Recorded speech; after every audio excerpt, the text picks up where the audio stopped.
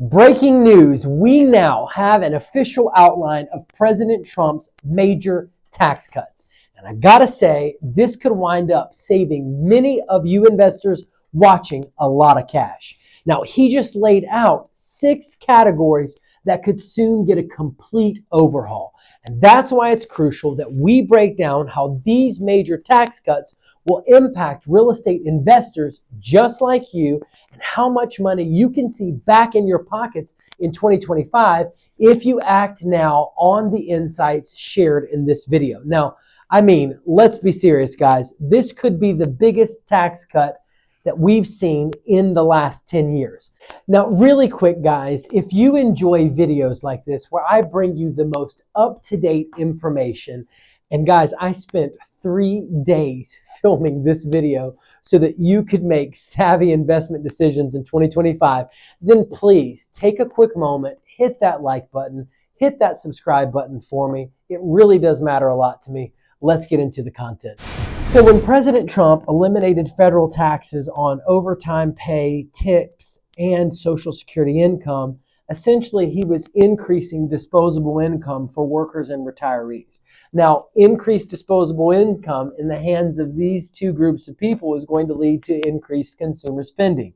Increased consumer spending is going to fuel economic growth. This can raise demand for vacation rentals, luxury properties, and also senior assisted living facilities, which we're going to get into in just a minute. Now, your whole goal here, based on what he's doing, is to expand your luxury vacation rental properties and the commercial component of it, the senior assisted living facilities. These are the 2 areas that you want to target and go after, because there's going to be increased demand over the course of the next 4 years while he's in office. Now, you can invest in those high-end senior assisted living facilities in retiree hotspots. We're talking about Florida, South Carolina, Arizona, and also those vacation rental luxury properties. Those are great markets for strong vacation short-term rental demand. Now, be careful with Florida because they have seen some crazy insurance cost increases. And from what I understand, a lot of their condos are not profitable. In Myrtle Beach, South Carolina, we have very profitable condos, and our cost to entry barrier is a lot lower. In other words, you'll pay $300,000 for a condo here, but pay $400,000 or $450,000, maybe even $500,000 for the same condo in Florida. And they both make the same operating income. So why not choose a cheaper place to invest and make great returns on your investment? Now, retirees have accounted for as much as 40% of all Airbnb bookings per AirDNA. That is 40% Airbnb bookings. Guys, baby boomers, the wealthiest and largest generation in America's history, are, spending their money. And where they spend their money, think about it, that's almost half of all the Airbnb bookings. So where they spend their money is where the demand is, and that's where you want to be investing. Myrtle Beach oceanfront condos. Myrtle Beach oceanfront condos are in a league of their own, guys. There are short-term rentals that can be a block off the beach, and they will not do nearly as well as an oceanfront condo will in our market. Trust me, you need to get in contact with me. I can give you the full scoop on it. Now, for those of you that don't follow the thought process that by eliminating taxes, federal taxes on these 3 sources of income, that it's going to lead to increased demand for vacation rentals, luxury properties, and senior assisted living facilities. Well, you might not be wrong. There are 2 sides to every story. Now, the policy doesn't directly benefit high net worth investors. It's important to recognize that. Obviously, they're not dependent on these 3 sources of income. Now, additionally, if consumer spending rises too fast, well, inflation can surge. And if inflation surges, real estate costs are going to increase, and ultimately interest rates are going to increase. Now, this is going to hurt leveraged investors. So over the course of the next 4 years, if we put all things into perspective, if you see interest rates start to rise, you need to be leery, especially if you're doing those commercial investments like senior assisted living facilities, because you're only going to get a 5-year loan term. Yes, it's going to be amortized over 25 years or 30 years or whatever, but your loan term is only going to be 5 years, which means which means that over the course of the next 4 to 5 years, if interest rates continue to rise, you bought it at, let's just say 7%, they rise to 9 or 10%. Whenever that loan term expires, you're going to have to find new financing for that property, sell the property, or you might not be able to afford the monthly payment. The interest rate at 5% on that loan versus the interest rate at 9% on that loan is going to be two completely different monthly payments. So you're going to have a much higher monthly payment, at the end of 5 years, and you might not be able to keep that property, which could obviously segue into a great investment for a lot of savvy investors that sat on the sideline waiting for those foreclosures. Just throwing that out there. Now, alternatively, you could shift your focus to recession-resistant real estate like apartment complexes, multifamily, in high-cost states, because basically rising inflation means that people are going to rent instead of buy, which we're already seeing now. And in these high-cost states, they're not going to be buying houses. They're going to be renting. So it's a really great way to kind of hedge if you're of the opposite mind, as opposed to, the whole vacation rental properties, luxury properties, and senior assisted living facilities. Now, increased spending led to as much as a 12% drop in home sales just in 2023. So there is a little credence or evidence to the fact that if you're of the mind that you need to go the recession-resistant route because you believe that interest rates are going to increase, then multifamily is going to be the best play for you based on President Trump eliminating taxes on tips, Social Security income, and overtime pay.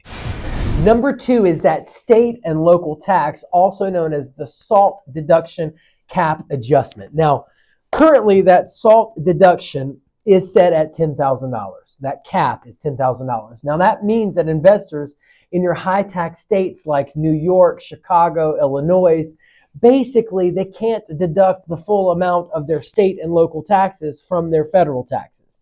Now let's kind of backtrack real quick and unpack what that means. Prior to 2018, if you had $100,000 worth of taxable income and you had $10,000 worth of state tax and $10,000 worth of property tax, which is $20,000, you could have deducted that $20,000 from your taxable income, giving you a new taxable income of only $80,000 for your federal taxes. Well, gone are those days. Now, by raising or eliminating the cap, high income investors in states like New York and California and New Jersey are going to ultimately save money.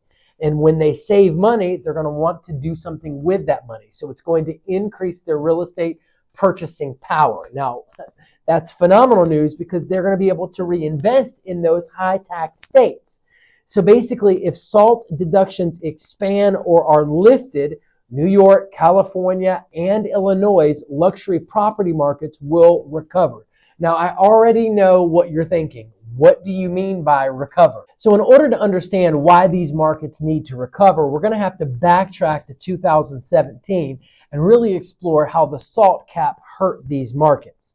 As you know, in 2017, the Tax Cuts and Jobs Act was basically introduced the SALT deductions cap. And essentially, this made states with high income and property taxes like New York, California, Illinois, New Jersey, et cetera, more expensive for high-income earners.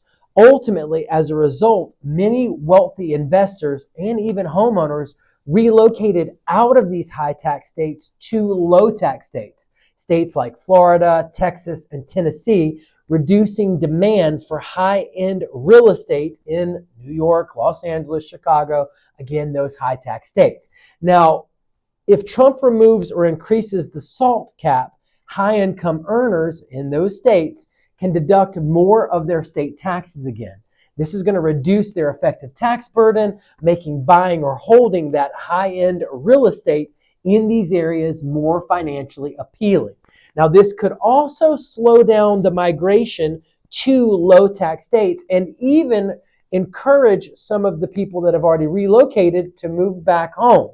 Now, that would obviously revive these luxury property markets in these cities. Now, luxury home sales in New York, Los Angeles, and Chicago could increase. again, reversing the recent slowdowns. And then also, high-end commercial properties may see higher occupancy rates, again, as those businesses that relocated to the low tax states move back to the high tax states.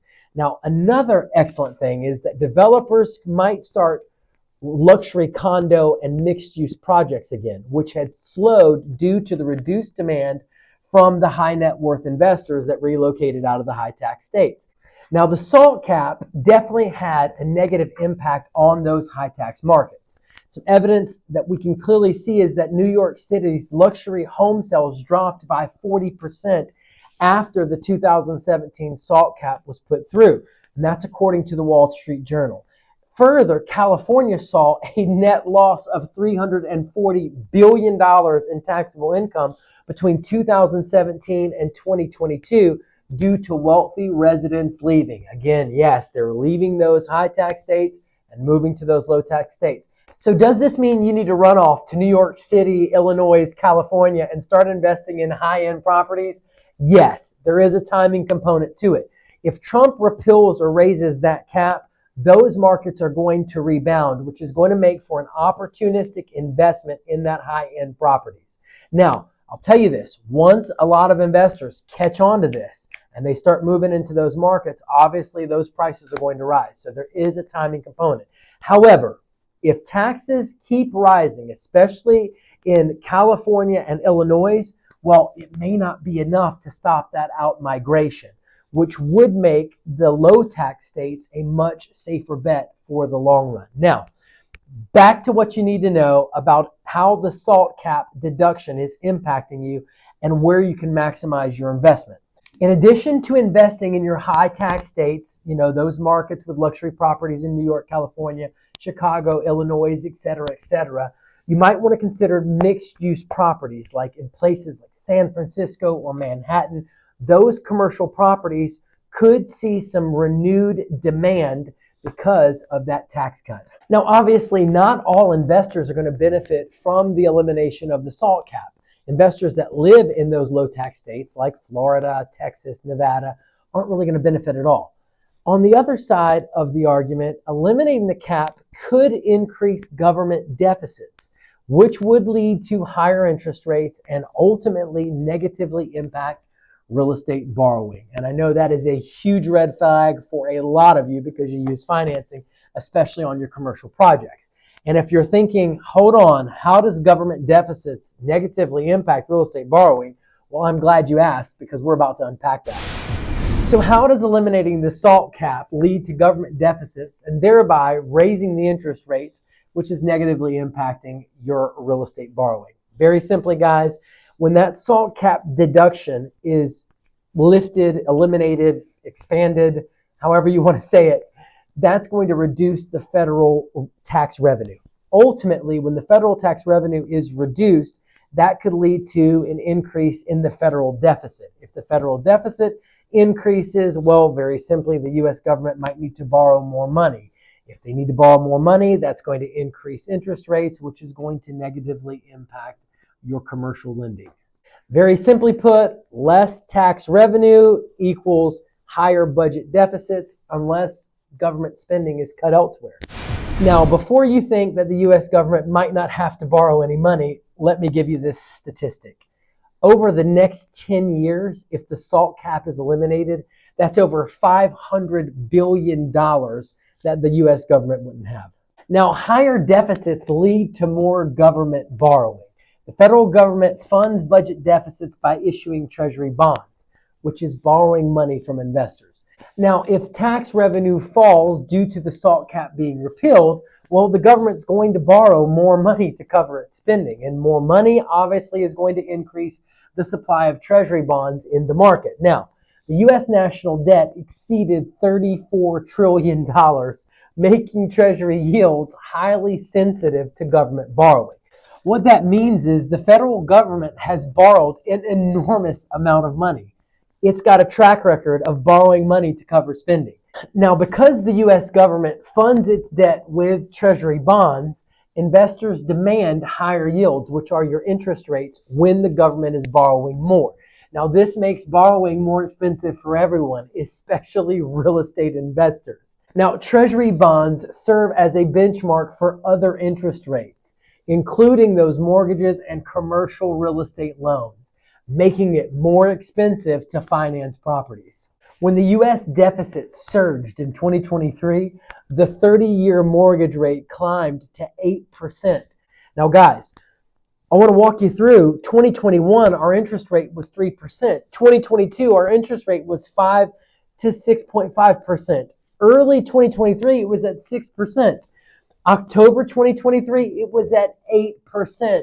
When the government borrows money, the interest rates increase. So how could this hurt your real estate investing in 2025?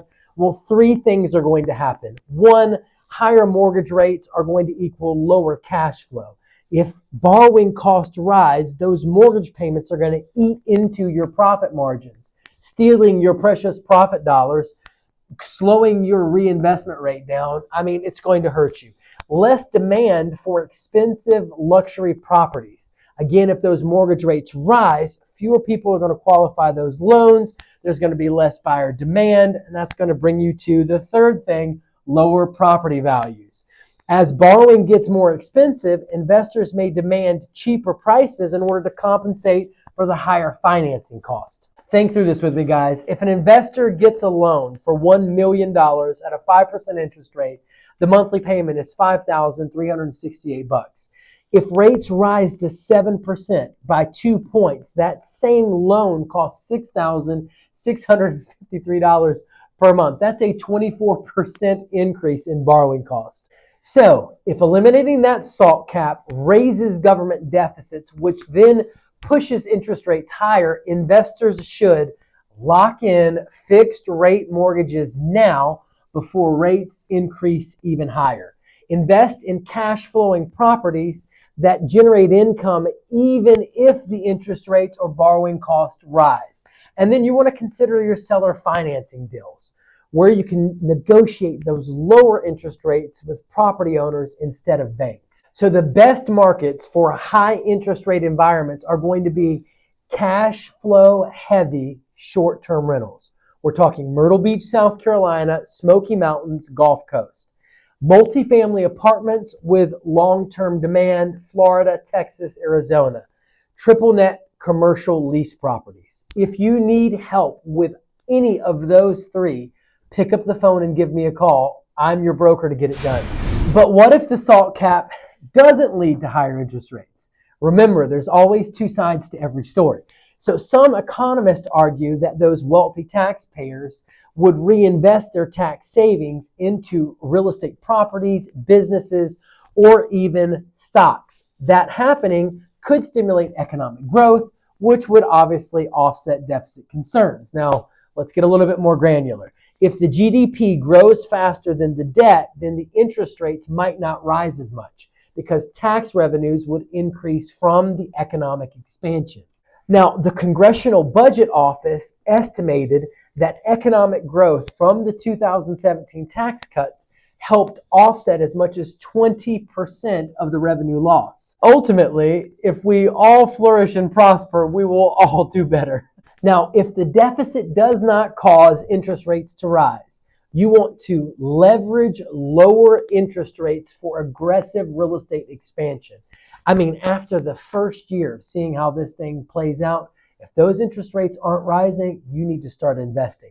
You need to consider high-end real estate in those high-tax states.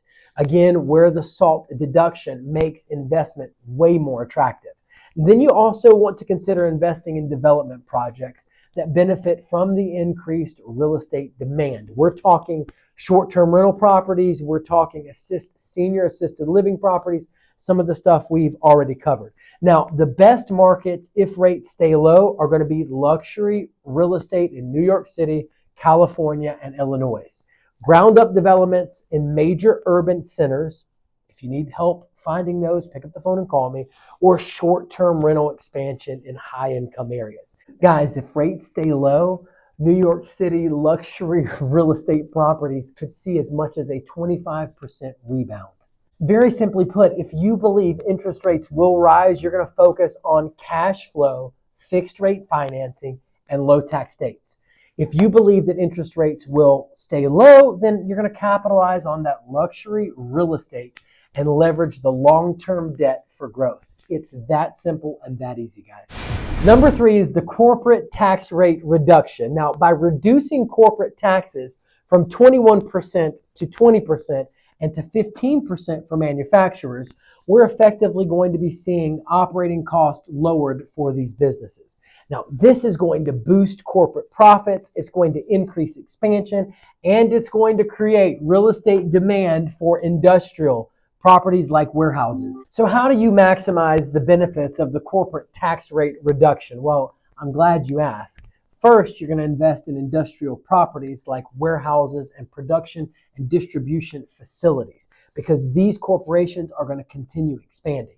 Next, you're going to structure your real estate holdings as C corporations to take advantage of the lower tax rate. Now, talk to your CPA about that.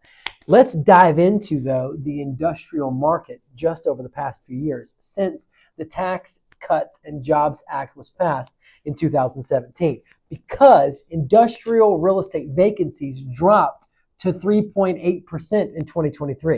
And I'm going to show you how the Tax Cuts and Jobs Act since 2017 has been reducing that vacancy rate in the industrial space. Now, 2017, 5.3% vacancy rate. 2018-19, 4.8 to 5.0%. 2020 to 2021, again, that's the pandemic boom, 4 to 4.4%. You can see how it's dropping. 2022, 3.9%, and 2023, 3.8%. Guys, that is the lowest industrial vacancy rate in history. And again, that's driven by the Tax Cuts and Jobs Act incentives, reshoring of manufacturing, and continued e-commerce growth. Now, don't miss this. Over 70% of all new industrial space built in 2020 to 2023 was pre-leased before construction was completed. That is evidence of the demand in this sector of the commercial market. All right, now what I want you to see is just how much demand momentum is rolling and moving like a train on a track, rolling, all that momentum in the industrial real estate sector. So we're going to back up to 2017 and examine the Tax Cuts and Jobs Act and exactly what happened. Originally, it reduced the corporate tax rate from 35% to 21%.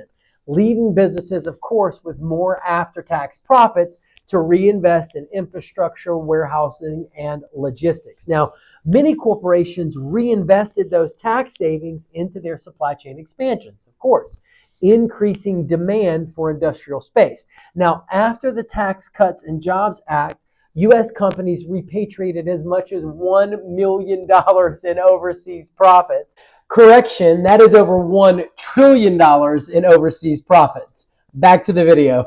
Much of which went right into business expansion and guess what?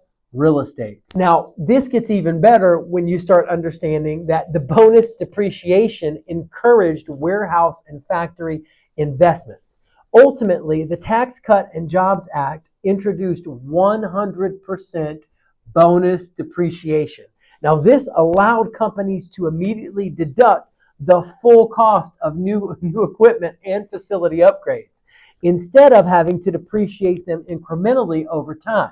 Now, this made investing in industrial real estate way more attractive as businesses could upgrade or expand warehouses with major tax write-offs. An example would be a manufacturer that purchased a $10 million warehouse. Well, guess what? He could now deduct the entire amount up front, reducing his taxable income and freeing up capital for, guess what? Further expansion. Industrial property construction surged 37% from 2017 all the way to 2023, and it was fueled by none other than the Tax Cuts and Jobs Act. Now, let's say you're of the mind that with only a 1% decrease in that corporate tax rate reduction, that all that industrial momentum is going to begin to slow. And it's certainly plausible and definitely worth keeping your eye on the market. You want to have a sensitivity to the industrial sector in the commercial market, for sure. Additionally, I want to point out that not all industries actually benefit from the corporate tax rate reduction. Commercial office spaces have been lagging post-pandemic. I mean, with the new dynamic of remote work, there's been lots of people at home, and corporations have found a great place to cut operating costs by allowing workers to work from home. They don't need as much space. So it definitely doesn't impact everyone the same. Now, if businesses don't reinvest their tax savings, job growth and rental demand may not increase. So then if you're not going to invest in industrial, what should you do? I'm glad you asked.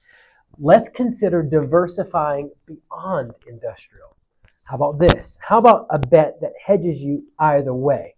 If you invest in workforce housing near industrial hubs, this will ensure demand even if the corporate tax benefits don't stimulate expansion. I think it's a brilliant idea. And I will throw out that Amazon's warehouse boom did create over 250,000 jobs in 3 years, leading to rental price surges per Forbes. Now, I know you're thinking the same thing I was thinking. Hold on. If industrial demand slows down, well, that would mean that there wouldn't be demand for workforce housing. Let's examine that question deeper. Now, I'm going to give you 3 reasons why workforce housing near industrial hubs is still a smart move, even if industrial demand declines. Your first one is that jobs and workers still exist even if the warehouse demand slows. Industrial hubs already have large workforces. Even if companies stop expanding, the workers are still there and need housing. Now, companies may consolidate operations into fewer but larger facilities. That still keeps your jobs stable. And if the jobs are stable, guess what? The paycheck on your rental property is stable, which is something that you want. Now, 70%, and I'm excited to share this with you, 70% of warehouse jobs are held by workers earning between $40,000 and $60,000 annually. These workers cannot afford expensive properties, but they need affordable rentals. Now, renters in industrial zones are less impacted by market fluctuations. Warehouses and logistics workers are typically renters rather than home buyers, ensuring consistent rental demand. Unlike the high-end real estate market, workforce housing remains in demand because people always need a place to live, especially when it's located conveniently near their industrial hub, their work. Now, if you don't believe me, just pay attention to the history since 2020. From 2020 to 2023, multifamily rental occupancy rates stayed above 95% near these industrial hub zones. So we have a consistent track record that lets us know we're going to have strong rental demand in workforce housing. Now, if industrial construction slows, land prices and property costs may drop. Follow through with me on the logic here. Slower industrial demand could lead to less land competition, a reduction in land competition. There's less people putting their property on the market because there's not as much demand for industrial. So there's less competition, which means workforce housing developments would become cheaper to buy or build. Now, investors can acquire these properties at lower cost and then lock in that strong rental demand. Now, one quick caveat here is you always want to make sure that you perform what's called a gap analysis in the market. Now, when you perform a gap analysis, essentially you are looking for the number of properties in supply near that industrial hub and the number of potential buyers or the demand for those properties. You want to make sure that the demand exceeds the supply so that there is a significant gap that would justify your development. And if you don't believe there's demand already in and near these industrial hub sectors, well, multifamily rents in industrial hubs rose 8.2% year over year just in 2023. So there's already a history of demand. So if you are vibing with me on the corporate rate tax reduction done by President Trump, then guys, you want to invest in secondary markets with logistics clusters. We're talking Columbus, Indianapolis, Phoenix. You also want to buy and or develop Class B or C multifamily units. Remember, they don't need the luxury end of the market. They can't afford the luxury end of the market. So you have to make sure that it's affordable housing that meets the workforce need. And then you want to use cost segregation studies to maximize those tax benefits. You want to accelerate depreciation to basically reduce your taxable income. And finally, you might even want to consider mixed-use developments like retail because wherever that workforce population is, they're going to need a local place to spend their money. As number 4 is going to be the elimination of the carried interest loophole. Now, the carried interest loophole is used by private equity firms, hedge fund managers, and real estate syndicates to pay lower capital gains tax rate of only 20% instead of the ordinary tax rate of 37% on their earnings. Now, I know you're probably thinking, what is carried interest? So carried interest is the share of profits, again, which is typically 20%, that fund managers receive from their investment management deals. Ultimately, let's just run through the math. A private equity fund that earns $100 million, the fund manager is going to get $20 million as carried interest. Now, under the current loophole, that $20 million is going to be taxed at 20% instead of 37%. That 20% tax is going to save him $3.4 million. Essentially, at the 37% tax, he would have a tax liability of $7.4 million. However, by getting the capital gains 20% tax rate, he only has a tax liability of $4 million. Again, saving him $3.4 million. So what happens when this loophole is eliminated? Well, I'm glad you asked. Fund managers and syndicators must now pay the higher 37% tax rate. Now, that's going to basically reduce their after-tax profits, making large real estate funds, hedge funds, and private equity firms less profitable. Fewer real estate syndications and large-scale property investments are likely to occur as a result of them being less profitable. Obviously, if they have less money, they're not going to be able to do as many projects. Now, private equity funds and hedge fund managers over the course of the last decade saved as much as $18 billion due to the carried interest loophole. And that's from the Congressional Budget Office. Now, how do I need to invest my money in real estate given the fact that the carried interest loophole is being eliminated? Well, I am glad that you asked, because basically there are 4 things that individual investors and small-scale real estate syndicators are going to need to do during this administration in order to maximize the benefits of the elimination of the carried interest loophole. Man, that was a mouthful. Number 1, syndicating smaller real estate deals. We're talking under $10 million to attract high net worth investors. Number 2, you're going to need to focus on direct real estate ownership. You need to stop relying on large private equity firms. Number 3, you're going to be investing in REITs that do not rely on the carried interest loophole and still provide you with some passive income. And then number 4, you're going to target niche assets like short-term rentals, small boutique hotels, or even smaller multifamily properties, which are easier for you to manage without having to have a massive fund structure. Now, the number of small private real estate deals under $5 million increased by as much as 30% in 2023, which tells me that basically individual investors were already seeking alternatives to these large institutional funds.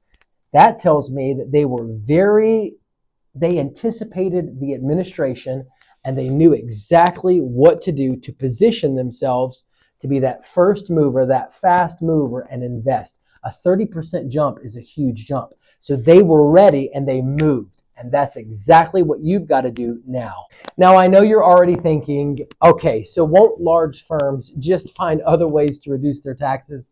Yes, it's certainly plausible that some hedge funds and private equity firms are going to shift to different tax strategies like 1031, like-kind exchanges, opportunity zones, and then offshore structuring to offset the impact. And another big concern is, what if this discourages private equity firms from investing in real estate, reducing liquidity? Well, yes, this is a real risk.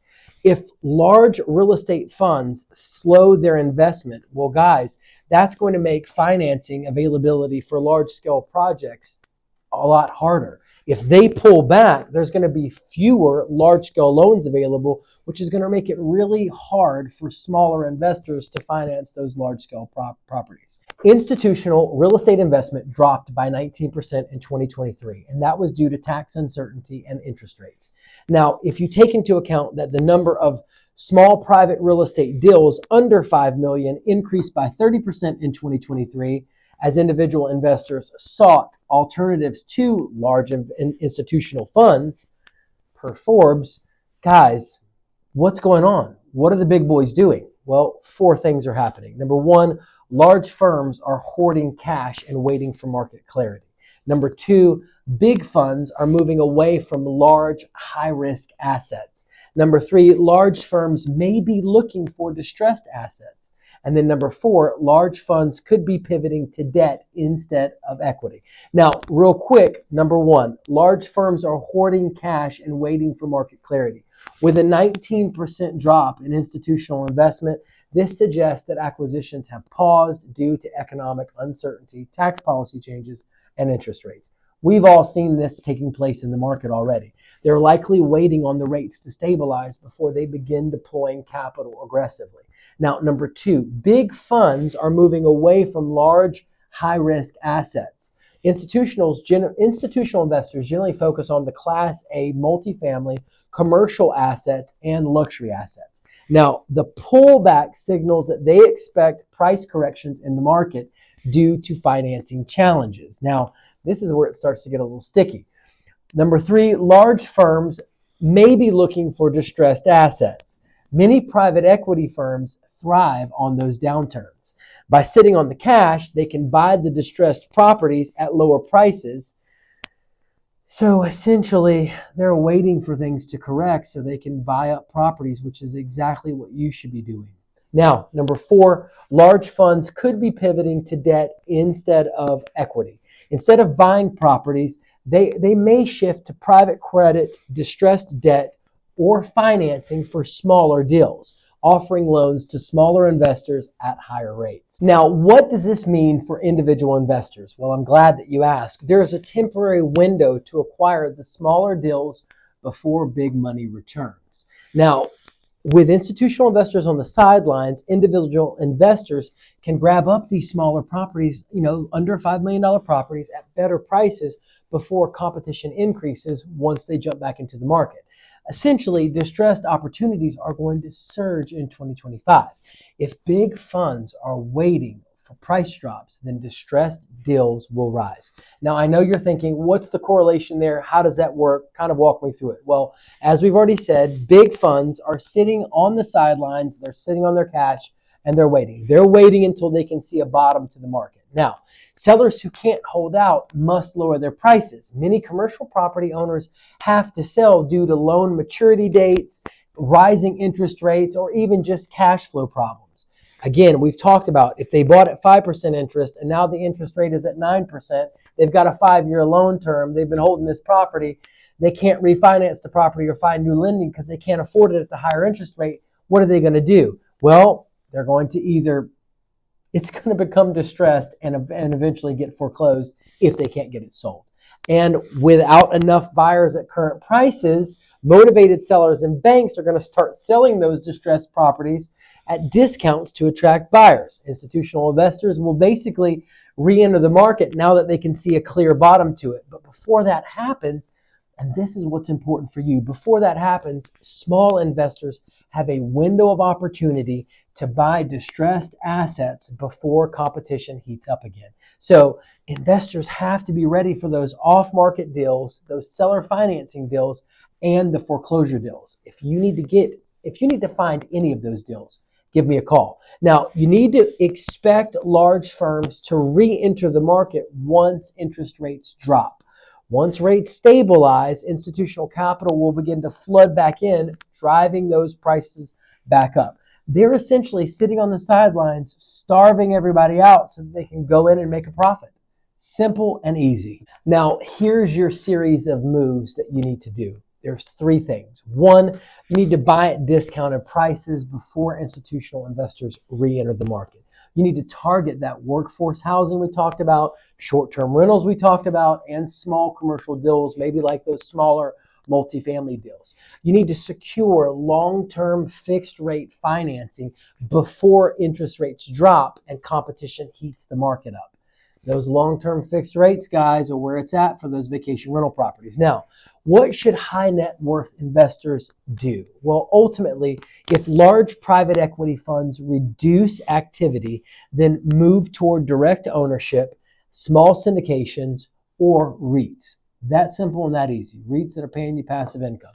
If carried interest reform leads to institutional investment, then you're going to want to target distressed properties and alternative financing methods. Seller financing has never looked better. Number 5 on the list is incentives for U.S. manufacturing. So obviously manufacturers get tax breaks for producing goods domestically. This increases demand for industrial space, for warehouses, for employee housing in those manufacturing states. Now, how can this benefit you? How can you use the current administration to your advantage when investing in real estate? I'm glad that you asked.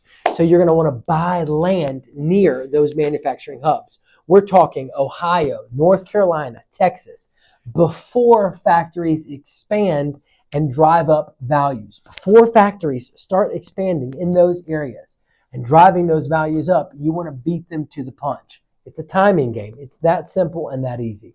U.S. factory construction spending rose 70% in 2023. It's already happening, guys. Now let's consider the other side of the story. There are always risks to every investment. What if manufacturing tax breaks don't lead to long-term job stability? I mean, you could be in this property, financed in this property for many, many years. Well, what if the market doesn't match your investment strategy? Well, if manufacturing doesn't grow as expected, warehouses could be overbuilt. Now, I always recommend a gap analysis to my commercial clients, especially looking in these areas. You just want to make sure that the supply does not exceed the demand in a given area. You don't want to build in a place where there's not enough demand to support your warehouse. Now, simultaneously, I understand you are beating these places to the punch, so there's more inherent risk.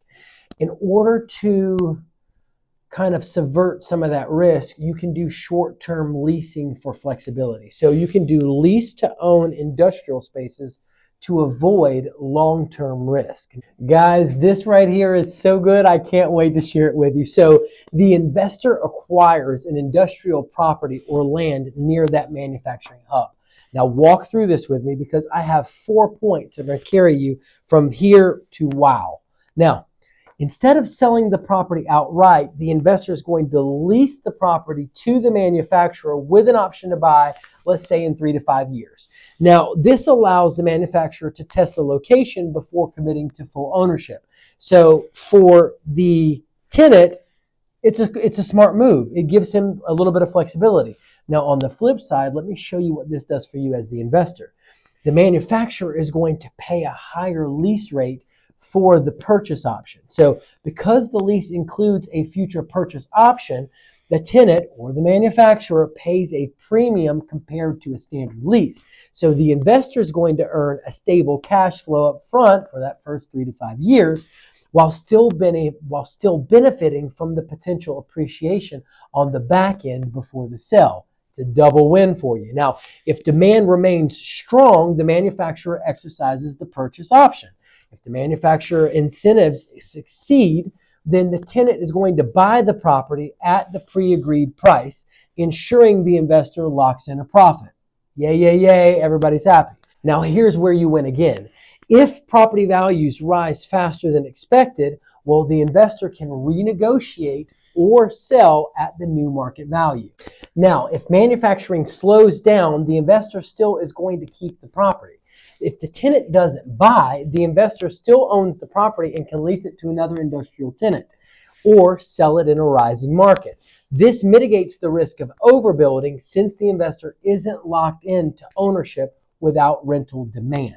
Essentially, you're hedged against the overbuilding that could take place in the market because you have a tenant in your property. You're safe either way. Now, U.S. factory construction spending rose by as much as 70% in 2023. Lease to own strategies, guys, allow investors to benefit from this surge while managing all of the downside risk. So what's the best move for a high net worth investor? Well, essentially, you've got three moves. One, you're going to use the lease to own strategy for those properties in high demand manufacturing areas. Number two, if uncertainty about long-term demand is still in play, then you can resort to short-term leases on these properties. And then finally, you're going to monitor industrial vacancy rates and tax policy changes to adjust your strategy. It's that simple and that easy. Thank you so much for watching the video with me. Guys, if you want the most up-to-date information on how the tax cuts are going to impact real estate investing in 2025 and the forthcoming years, then please subscribe to the channel and hit that like button. Now, for all of you guys out there that are looking for the right investor broker to help run your numbers on your deal, to do analysis, to do strategic analysis on your commercial deals, or maybe short-term vacation rental properties, or perhaps you're looking at buying those boutique hotels or maybe multifamily properties, get in contact with me. I have lots of investors that reach out to me every day with text messages and emails all the time. I get it constantly. And you don't want to end up like those investors that tell me, I thought about this for 4 years. I talked to a guy today who said, I thought about this for 4 years. And I mean, most investors, in my opinion, wait at least 2 years. They procrastinate. They go at it alone. Save yourself time, energy, and effort by picking up the phone and calling me or shooting me an email so we can just talk through the variables of your deal, where you are currently, and what you want to accomplish, even in the next 6 months to a year. I had a gentleman just today he contacted me about a few months ago, wasn't ready, was getting some things in order, got things in order, got his pre-approval 7 days ago, and he's under contract right now. It's that simple and that easy. You don't want to end up like the guys who wait 4 years, they're doing it alone, they're getting bits and pieces of information from here and there. They don't have a full story. You need the right person. The right person can help you go from not having a solid investment to building generational wealth really quick and really fast and in a hurry. So don't be a stranger. It's 843-360-1737. Get a hold of me.